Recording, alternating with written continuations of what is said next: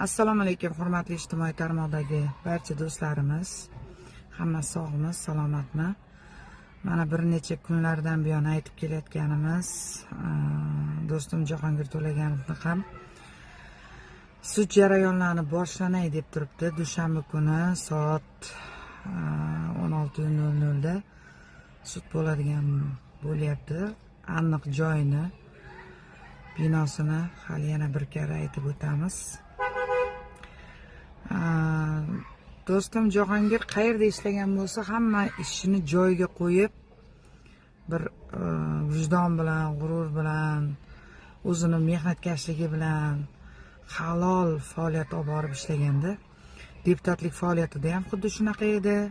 Mana antikorrupsiya ommaviy axborot vositalarida ishlayotgan paytda ham xuddi shunday ishini vijdonan olib boryapti.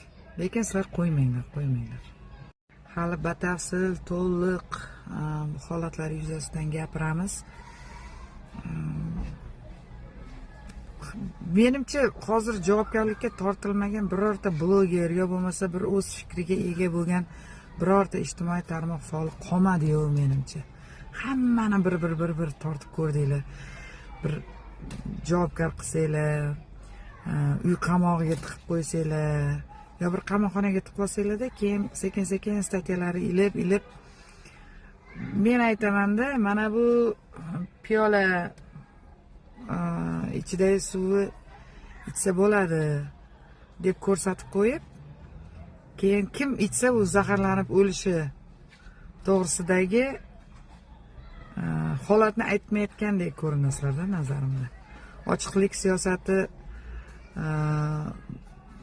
bemalol o'z fikringizni aytishga, mana ochiqlik siyosati, gapirish mumkin, chiqish mumkin, nohaqliklarga, korrupsiyaga qarshi kurashish mumkin, faol bo'lib o'z fikrini erkin bayon etish mumkin deyapsizlarda, xuddi boyagi piyoladagi suvga ichish mumkin buni deb. Lekin kimki o'sha suvni ichib qo'ysa, u zaharlanib o'lyapti-da. Nazarimda shunga o'xshagan holat tuproq. Shu o'zi bir gapirib turgan bitta ikkita faol qoluvdi. Shuni ham ish qilib javobgar qilib, og'zini yopib, zaharlab, boyagi qo'shtirnoq ichida olganda zaharlab o'ldirsanglar, shundan keyin qutulasizlar. Aytmoqchi bo'lganim nima aytaymi? Undan ko'ra umuman ochiqlik siyosati yo'q.